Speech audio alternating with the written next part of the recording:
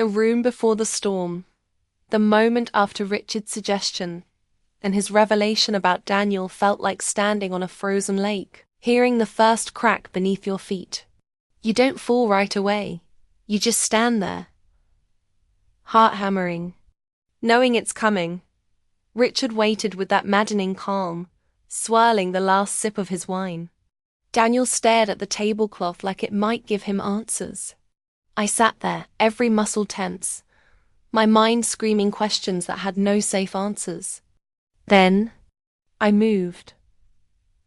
Slowly, deliberately, I set my napkin down on the table. "Richard," I said, my voice steady though my pulse was a drumbeat in my ears. "I think I've heard enough." Richard's confidence cracks, he raised an eyebrow, leaning back in his chair. "Careful, Emily. Opportunities like this don't come twice." His words dripped with arrogance. He wasn't used to being told no, certainly not by someone like me. And that, more than his suggestion, made me want to push back harder. "I don't need your kind of opportunity," I said.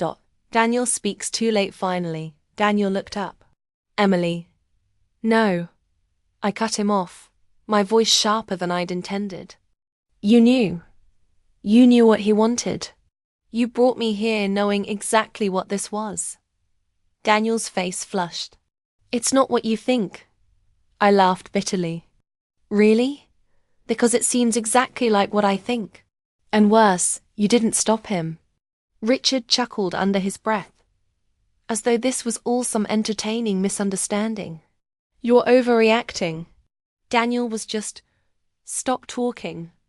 I snapped, turning on him. "You don't get to speak for my husband anymore." The decision that changes everything. I stood, grabbing my purse. "This dinner is over." Daniel stood too, panic flashing in his eyes. "Emily, please, just hear me out." I stared at him, my heart breaking even as anger burned in my chest. "I've heard enough. You sold me out, Daniel." To him. The twist. Richard's final move as I turned to leave. Richard's voice followed me like a shadow. "You'll regret this, Emily. I can make Daniel's life very difficult. And yours." I froze for half a second. His words weren't just a threat. They were a promise from a man who had the power to keep it. I turned back slowly. "Then I guess you'll see what happens when you push someone too far." For the first time, his confident smirk faltered. Just slightly, but enough for me to notice. The walkout. I didn't look back again.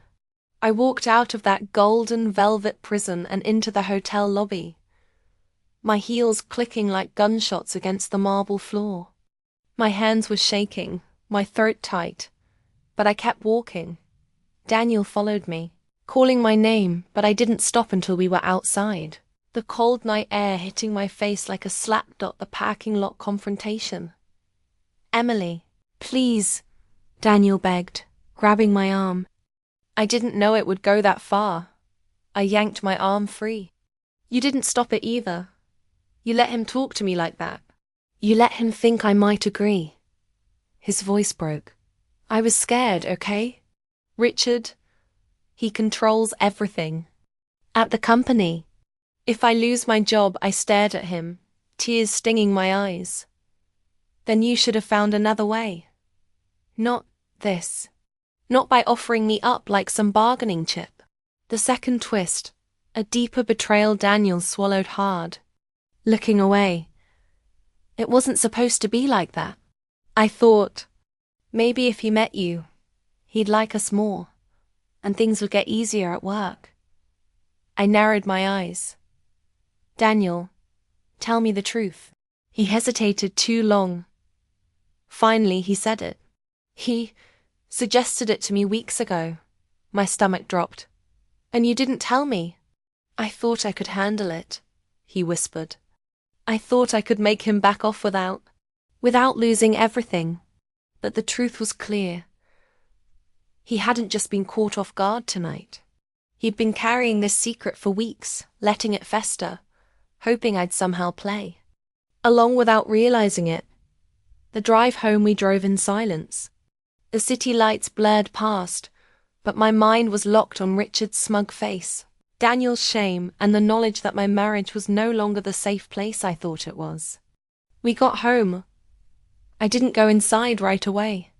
I sat in the car, staring at the front door, wondering if crossing that threshold meant pretending nothing had happened. The final straw inside, Daniel tried again. "Emily, please. We can fix this." I shook my head slowly. "You don't fix something by pretending it's not broken." I walked upstairs, pulled a suitcase from the closet, and started packing. "Wait, you're leaving?" he asked, panic rising in his voice. "I'm giving us both space to think," I said, my voice breaking. "Because right now, I don't know if I can ever look at you the same way again." The aftermath. Days later, I stayed with a friend for a few days, ignoring Daniel's calls. Each time my phone lit up with his name, I felt the pull of history hour. Shared years, the life we'd built, but also the fresh sting of betrayal. Richard did call Daniel's bluff. He demoted him at work, stripped him of projects. But in a strange way, it proved something to me. Daniel had been right about Richard's power, but wrong about the price he thought I'd pay to protect him. The final twist, my own power. I didn't disappear quietly. I wrote everything down, every word Richard had said, every detail of that night, and sent it anonymously to the company's board of directors. 2 weeks later, Richard was retired early, his exit framed as voluntary. But I knew the truth. Daniel called me after that news broke. His voice was heavy. "You took him down," he said quietly. "No," I replied. "He took himself down. I just stopped letting him think he could get away with it." Closing beat as for Daniel and me. We're still apart. Some betrayals aren't healed by apologies. But that night taught me something I'd never forget. Shock doesn't just freeze you, it can wake you up. It can make you see the people in your life for who they really are. And once you see, you can never unsee. That's why, when people ask me what happened that night, I just smile and say, "You wouldn't believe it even if I told you." The words that changed the room. Richard set his glass down with a soft click, as if punctuating the silence. His gaze didn't waver from mine. "What I'm suggesting, Emily," he began, drawing out each word like a careful stroke of a pen, "is that you and I spend some time together, privately."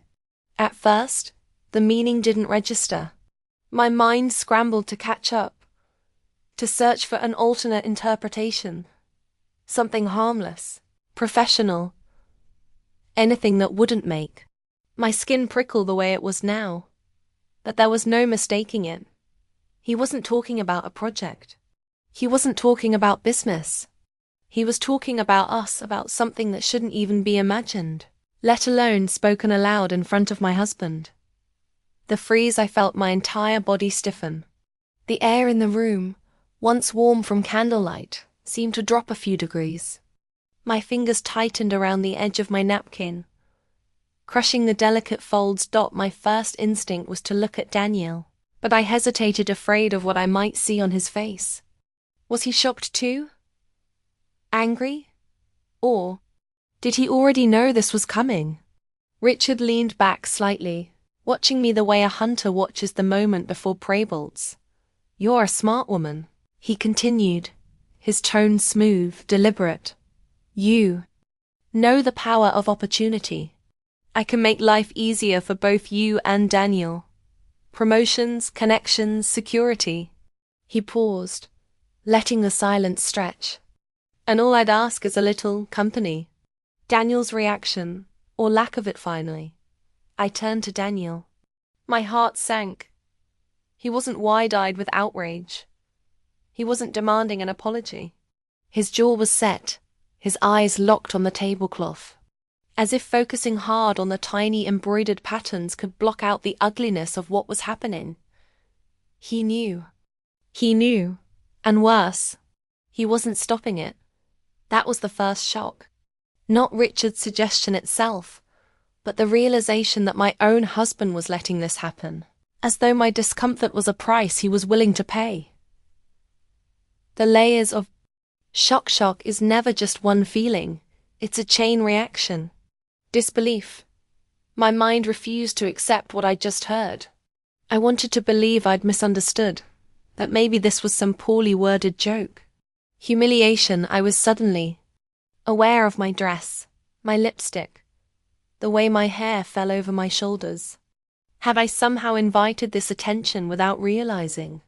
The thought made me sick. Betrayal. Not from Richard, I didn't owe him trust, but from Daniel. The man who was supposed to protect me from situations like this was sitting right there, doing nothing. Anger at both of them.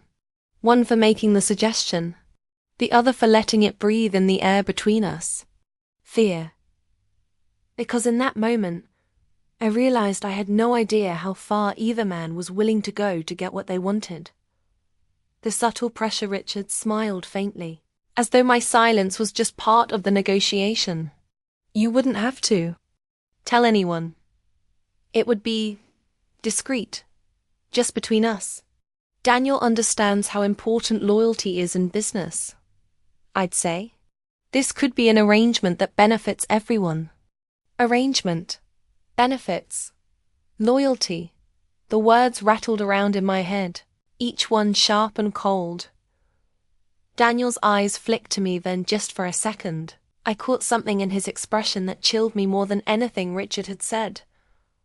Resignation. The fight to speak. My throat felt tight. I wanted to scream at Richard, to tell him exactly what I thought of his offer. I wanted to demand that Daniel stand up and walk out with me. But my voice wouldn't come. Shock does that. It freezes your tongue, traps you between what you feel and what you can say. I forced out one sentence, my voice quieter than I wanted. You can't be serious. Richard chuckled. Oh, I'm very serious, but only if you are. The emotional tornado inside, my mind was a storm. Images flashed. Daniel working late, telling me how much pressure he was under to impress Richard. The bills piling up on our kitchen counter. My own career, stalled, waiting for the right opportunity to bloom. The look in Richard's eyes, a mix of confidence and calculation, like a man who always got what he wanted. And under it all, a single question burned. Had Daniel brought me here knowing this would happen? The silent confession. Daniel finally spoke. Richard. He began, his tone low. Maybe this isn't the right time. Richard cut him off with a wave of his hand. Come now, Daniel. We're all adults here. No need for pretenses. And in that moment, Daniel didn't argue. He didn't defend me. He just stayed silent. That silence was louder than any agreement. The second shock, a deeper truth. It would have been enough, more than enough, for Richard to suggest something so inappropriate. But what came next was worse. Richard leaned closer, lowering his voice. Daniel knows I've been interested in you for a while. In fact, he's the one who told me how open-minded you might be. The words hit me like a slap. My husband. My husband had talked about me with his boss this way. Sold me out in casual conversation, as if I were a card to be played in some corporate poker game. That was the real shock, not the suggestion itself. That the betrayal buried beneath it, the moment of realization. It was like a puzzle snapping into place. The fancy suit, the expensive cologne, the nervous energy. This dinner had never been about me meeting Daniel's boss for the first time. It had been about delivering me, and I had walked right into it. The room closing in, my vision tunneled. The soft clinking of glasses from another table in the distance felt a mile away. My skin was hot, my hands trembling beneath the table.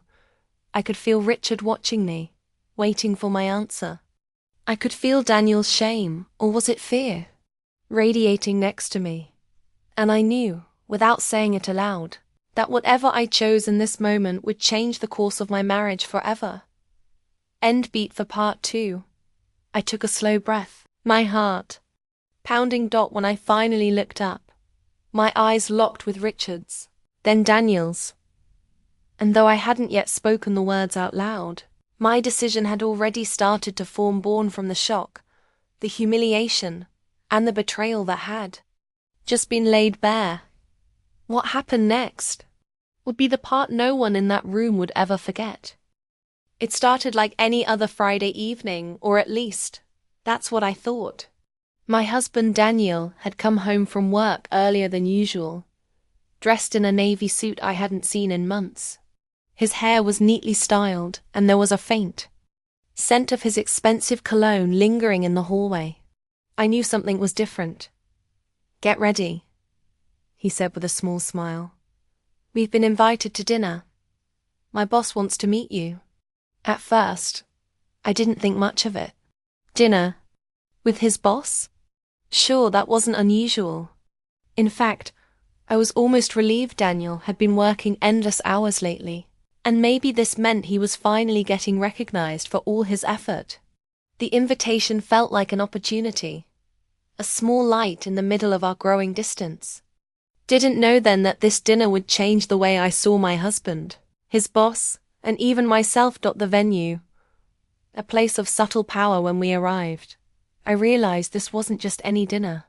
It wasn't at a busy restaurant or a family-friendly place. No. Daniel's boss had invited us to the Amber Room, a private dining lounge inside one of the most luxurious hotels in the city. The room was dimly lit, with golden chandeliers that glowed like captured sunlight, velvet chairs, crystal glasses, and the kind of quiet that made you aware of every breath you took. On one side of the room, a large window overlooked the city skyline, the lights twinkling like distant promises. And there he was, Richard Steele, tall, broad-shouldered in his late 50s, with perfectly combed silver hair and the kind of confident smile that seemed to belong to a man who had never been told no in his life. He greeted me warmly, but there was something in his eyes, a sharpness, as though he were already measuring me up before I'd even sat down. First impressions. The subtle unease. "Emily," he said, shaking my hand. "I've heard so much about you. Daniel's lucky." His voice was deep, smooth, the kind that could charm a room. But there was an undertone to it, something I couldn't quite place yet. We made polite conversation at first. He asked about my work, my interests, and Daniel's role at the company. I tried to ignore the fact that every time his gaze lingered on me, I felt an odd chill, as though he was seeing more than I wanted him to see. Daniel seemed nervous too. His smile was tight, his laugh slightly forced. Every time Richard asked me a personal question, Daniel would glance at him quickly, then back at me, as if silently urging me to be careful with my words. The turning point, the suggestions. Shadow it was after the main course, after the wine had flowed freely, and the small talk had started to dissolve, that Richard leaned back in his chair, swirling the last of his drink in the glass. "You know," he began, looking directly at me, "I've been thinking about something I believe could benefit all of us." His tone was casual, but his eyes were anything but. Daniel's hand, resting on the table, tensed. I could see the vein in his temple pulse. I smiled politely. "Oh, and what's that?" Richard's gaze flicked briefly to Daniel before returning to me. "It's unconventional, I admit, but sometimes the best opportunities are." He didn't say it yet, not fully, but there was something in his voice that made the air feel heavier. The way he said opportunity didn't sound like business. It sounded personal, too personal. Foreshadowing Daniel's silence. Daniel didn't jump in to steer the conversation. He didn't laugh it off or change the subject. He just sat there, looking at his plate, his jaw tight. And that's when I realized something. Daniel already knew what was coming. He'd known from the start. My stomach tightened. The subtle build, testing boundaries. Richard leaned forward slightly, elbows resting on the table. Emily, have you ever considered how much influence connections can have in life? How the right relationships can open doors you never even knew existed? I nodded cautiously. I suppose so. Good, he said softly. Because I believe in rewarding people who are open-minded. People who understand that sometimes, in life, you have to step outside the traditional lines. His words were vague, but they carried weight. This wasn't small talk anymore. This was the slow tightening of a noose made of silk and charm. The moment before the suggestion, the waiter cleared our plates, leaving only the soft clink of glassware and the low hum of distant city traffic filtering in through the windows. Richard smiled, slow, deliberate. Tonight isn't just about dinner, Emily. It's about trust and possibility. I'd like to make you an offer. There it was, the prelude to the moment that would shatter my sense of normalcy. Daniel still didn't speak. His silence was its own confession. My pulse quickened. I had no idea exactly what he was about to say, but every instinct in me was whispering the same thing. Whatever it is, you won't be able to unhear it. Closing beat of part 1. And then, leaning back with the ease of a man who owned the very air in the room, Richard said the words that would replay in my mind long after the night ended, words that didn't just shock me. They made me question everything about my marriage. That was the moment the ground beneath my life began to shift.